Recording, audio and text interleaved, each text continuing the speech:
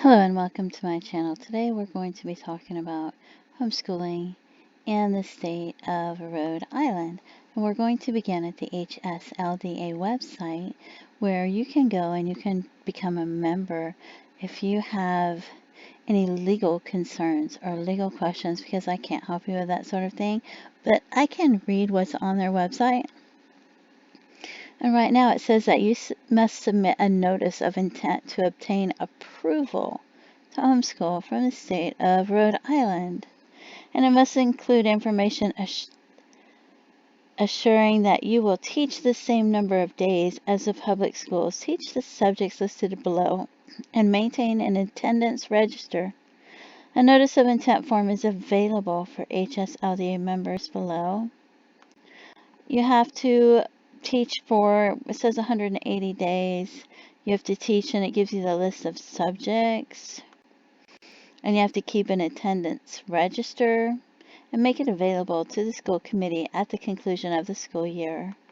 You have to review any additional local requirements. Many school committees have also adopted local homeschool policies. It doesn't say what they are, which may ask for additional information or include additional requirements. So you have to look into that as well, and you can read further on their website. And you need to check and see if this has been updated from the time I uploaded this video to the time you read it, because sometimes they change the requirements. And then I found this online. The Teachers Union sues Rhode Island mom for seeking records about the school's critical race theory curriculum. So she was trying to, what does it say? America's largest teachers union is suing a Rhode Island mom for seeking information about what her kindergartner will be taught in school. Wow, there's both the National Education Association Rhode Island and National Education Association South Kingston, the union's local branch, are suing Nicole Solis, I don't know if I pronounced it right, after she filed public record requests with the South Kingston schools districts to learn what students are being taught regarding critical race theory. I don't want to give my opinion. The complaint was filed with Rhode Island Superior Court on Monday, and a constable arrived at Solis' home on Wednesday to deliver papers informing the mother of the lawsuit. And you can read more about that. The union also filed for a temporary restraining order and preliminary injunction against her. The legal action is intended to prohibit the South Kingston School Board from responding to public records requests referenced in the verified complaint unless and until a determination can be made that such documents are required to be released pursuant to the Access to Public Records Act. So, wow.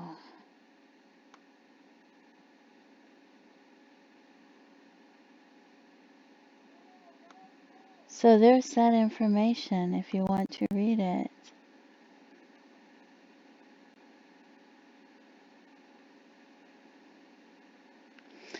Says the teachers union is asking the court to prohibit the disclosure of non-public records. It's not a public record. Wow.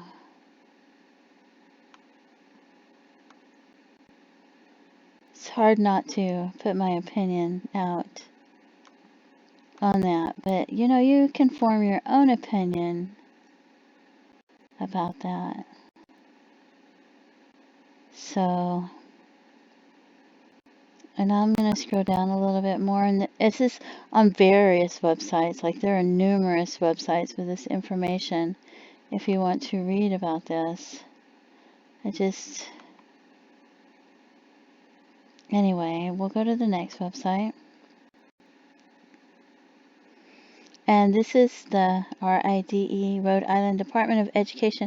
And you can go there, and there's a list of frequently asked questions, and you can go over that and print that out if you can. I don't know if you can, if there's a way to print it out, because you can only click one at a time and then the other one's closed when you go to the next one. But that way you can see what it says about what you need to do. And hopefully there's some way you can print that out and put that, if you're keeping a portfolio or a binder, you might want to print out the laws in the state to put that in your portfolio and the binder, and that way you can put the date on it that you printed it out, and that way it's in your portfolio or your binder. And when you file any papers with them, you're going to want proof of that, and you're going to want to put that in the portfolio or binder if you're keeping one as well, so that you have that. And let's see.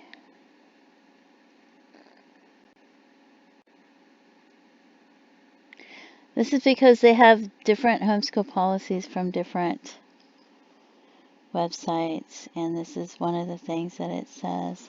So this is one of them, one of the websites with the policies.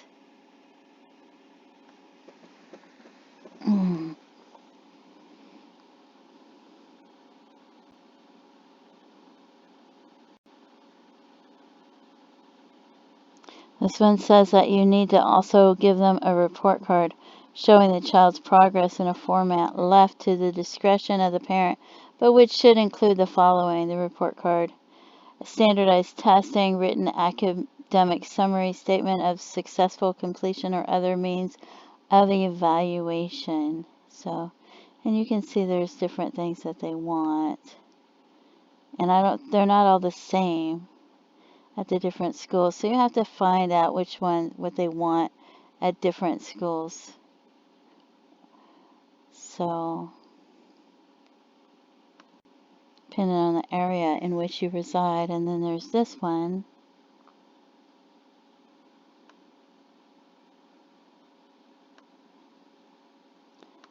My computer's frozen a little bit. I got so many tabs open. So it has different information, and you can read that. And there's forms for you to fill out.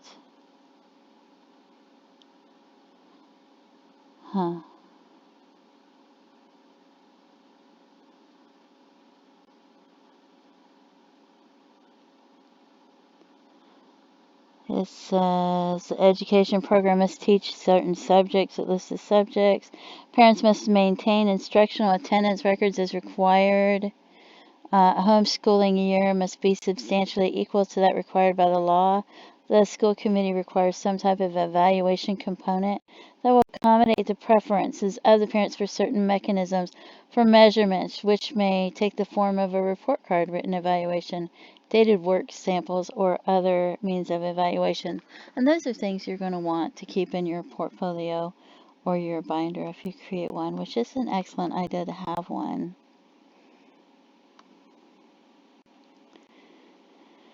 And let's see, this one shows the length of the school day. So this is another one. And I'll scroll down so you can pause it and read it if you'd like to. It's interesting. It says in the case of secondary schools, the school day shall also consist of less than 5.5 hours, 330 minutes of actual school work, excluding lunch, recess periods, study halls, homeroom, common planning time, student passing time, pre and post teacher time, and any other time that is not actually instruction time. So, I thought that was just interesting. Okay. And if you're homeschooling, you might want to give your students assessment tests so that you can see what level that they're on. And sometimes they're not on the same level in each subject area. And that way you can, this website has some assessment tests that you can print or save as PDF form, and you can go on their website and check it out. And here's one of them so you can see. This isn't a standardized test that you have to turn into the school. This is just like at the beginning of the year if you need an assessment test to see. And you can tell if they're making simple mistakes or if they just need to review something, or if they're stuck in on their level. You can tell. This helps you to tell which level they're on. It helps you to create a plan of what you're going to be teaching your students for the year. And you can give them this and you can put it in your binder or your portfolio.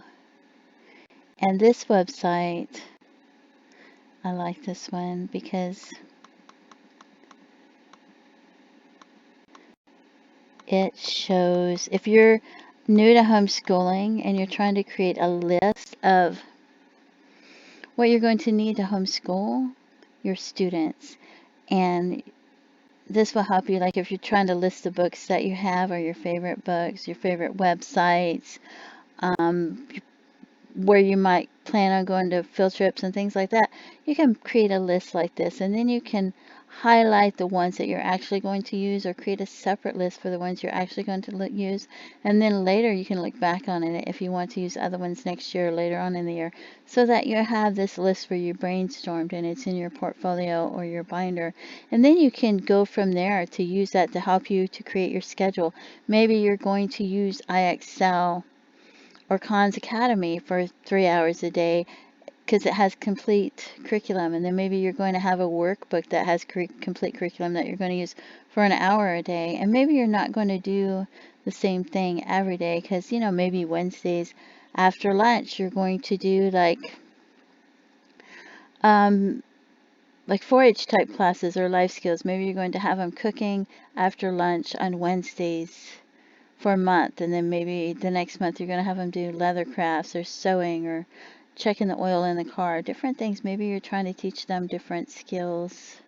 And maybe Friday after lunch you're going to be having them play educational games to do with English and spelling, which is part of English, and math, like Scattergories or Scrabble or Monopoly or Yahtzee, things like that, or reading magazines that have to do with science and history that they have a subscription for. So, you have to have time for that. So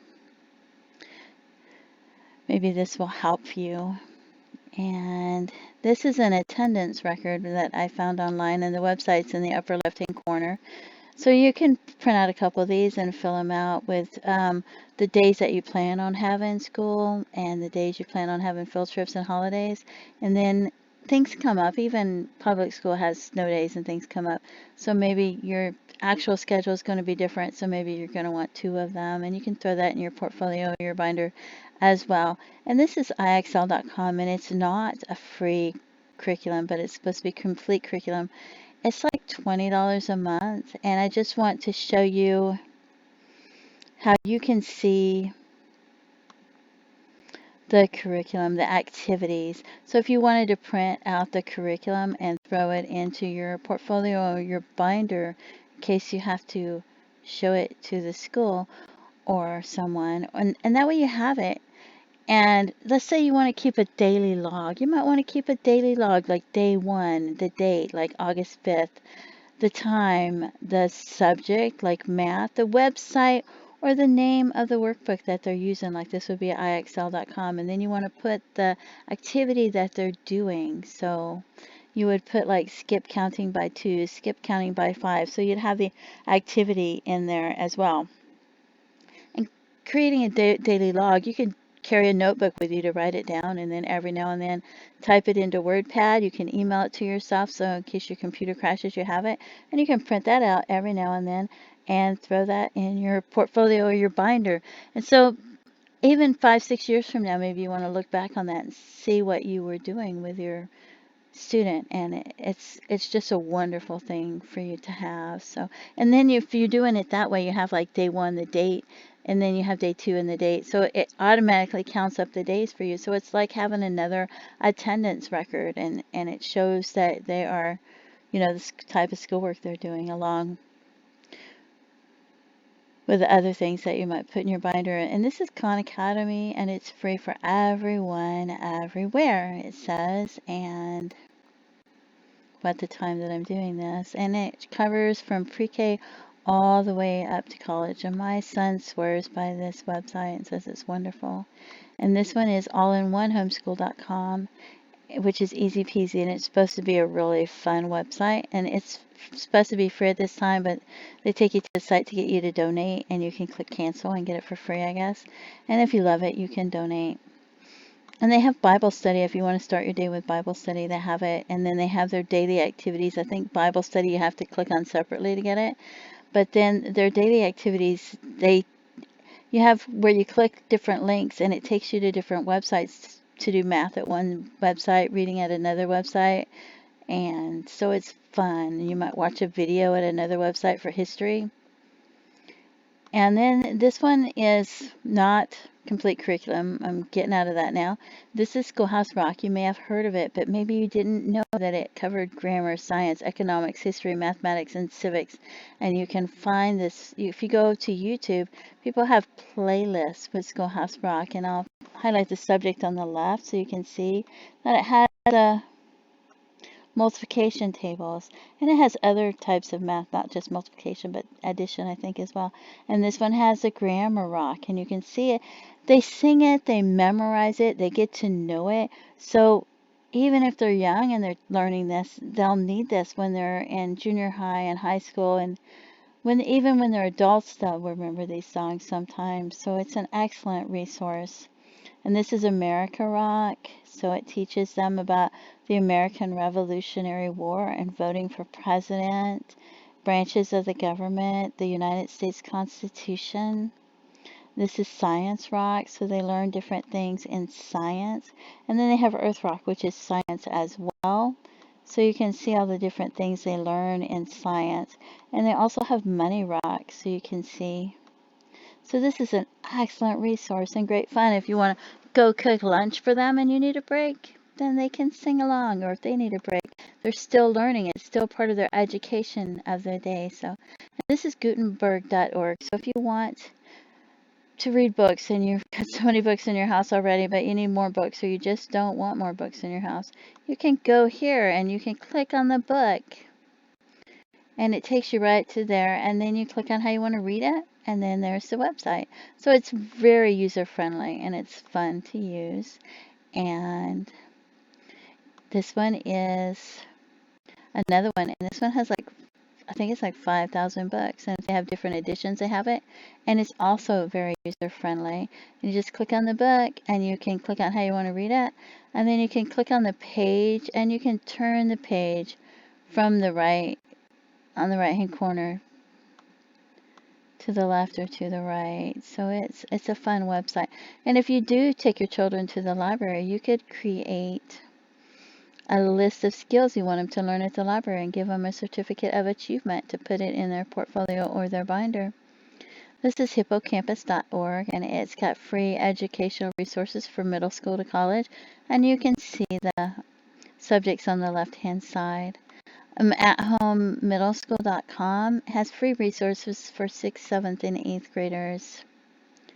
And this one is, oh yeah, this one is at one of the, I don't know which one it was, but it's at one of the Rhode Island school districts. That's one of their oh, it says right there, Central Falls School. And you can print off one of their calendars if you want to use it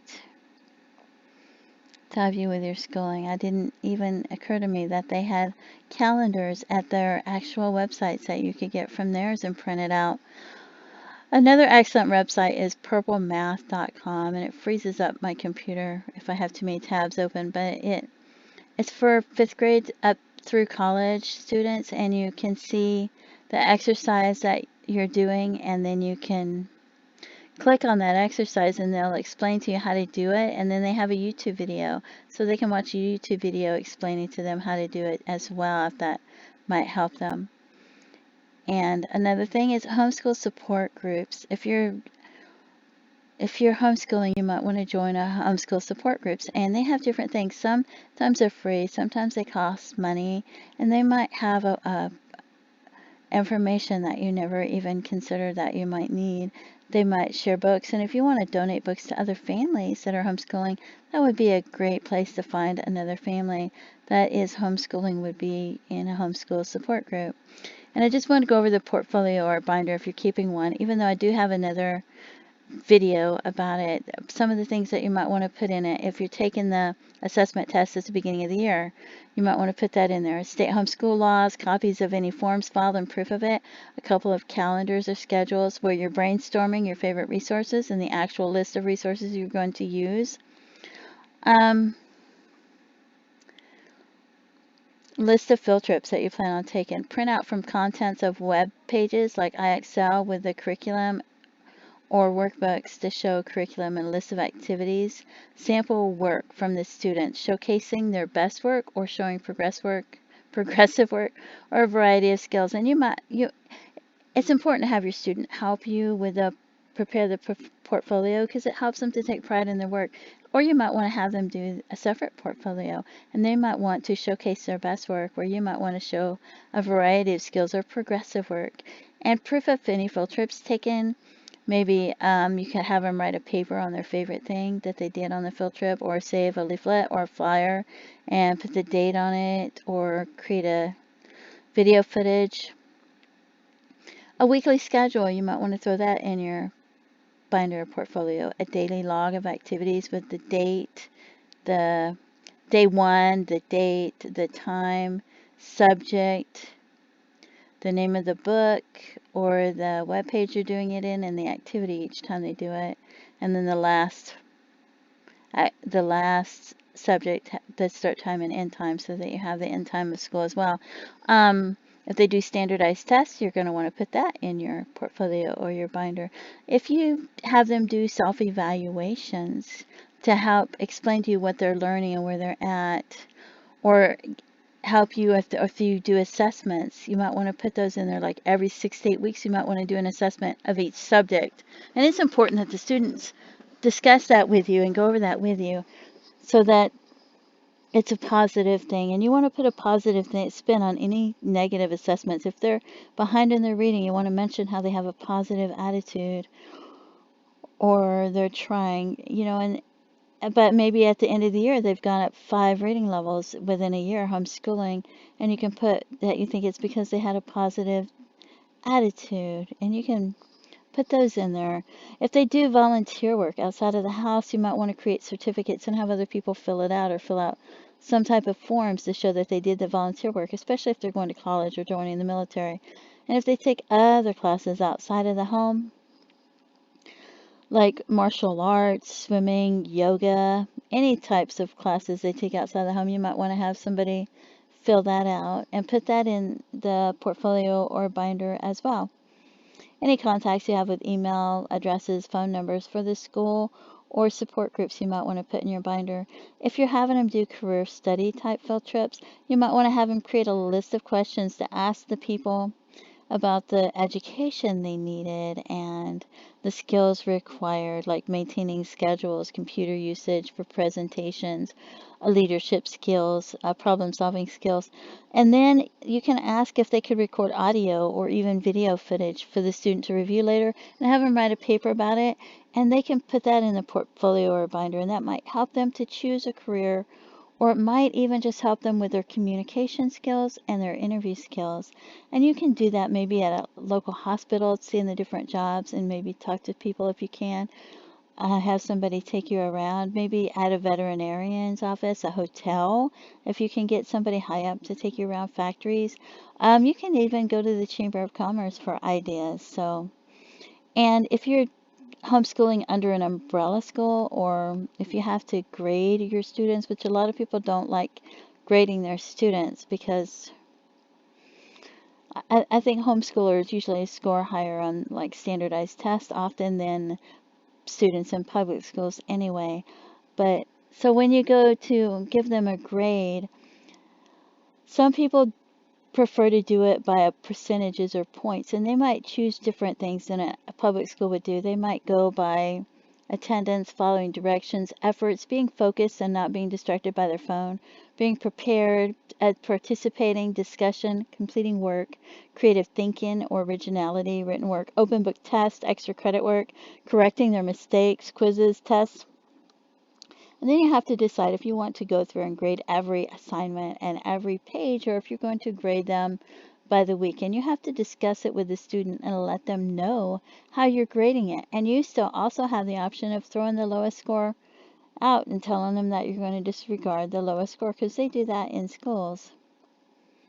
So, and sometimes you need to create objectives. So if they change the laws and they want you to create objectives, some people, instead of actually using objectives, they use goals and they keep it vague so that you're not pressured by their words. And so they might put words like to review, to continue, to introduce new skills or information, to continue to expose to new information or very aspects, to continue to study concepts, vocabulary, to increase knowledge in the subject area, and things like that. And when you talk about English, you can include spelling, vocabulary, composition, reading, writing skills, and speech in the English. And when you talk about social studies, you can mention history, geography, the state they live in, the United States, the world, civics, and current events, because that can be part of their social studies. And if you're teaching them art, you can say that you're going to introduce various types of art and artists, and then you don't have to be specific with your wording when you go to do that. And you can put that in your portfolio or your binder, because that's actually what you plan on doing. So I know a lot of people homeschool and they're used to assessing students with tests, because the schools, the teachers used to be allowed to teach students the way that they wanted to, and then they put all these pressures on these teachers, and they started deciding they wanted them to do it a certain way, and then they started evaluating the students with tests. And some students aren't good at test takers, but you can see that they're working hard, and you can see that they're learning well. And then maybe you want to assess your students differently, but if you're homeschooling, then that's your option and your choice. So you just need to let your students know ahead of time what you're looking for. You can't say, oh, I was looking for this after the fact. If you're teaching them with English and maybe you were looking for more descriptive words and they didn't use them, well, then after that you can say, well, this is an excellent paper, and then next time you say, or however you fill the papers, next time you say, I want to focus more on adjectives and adverbs, and then you give them an example of how you want them to use this. Like, there was a lady walking down the road, and then you can say, there was an old lady walking slowly down the winding road in the dark, or something like that. And so you can explain to them which sentence sounds better and how you want them to use more adjectives and adverbs and things like that. That way you can let them know what you're seeking and what you're looking for. And make sure that you listen to your students and let your students communicate with you on how they feel that they're doing, and where they feel that they're struggling, and where they feel like they're doing better at in the subjects, and if they need more time to work on a certain subject. And that way they can help you to create assessments if you need to do assessments, and that might help you even more. And I hope I put everything that I wanted to in this video. Sometimes I forget things, and I hope this helps somebody. Please feel free to leave comments, and thank you so much for watching my video. You have a great day. Bye-bye.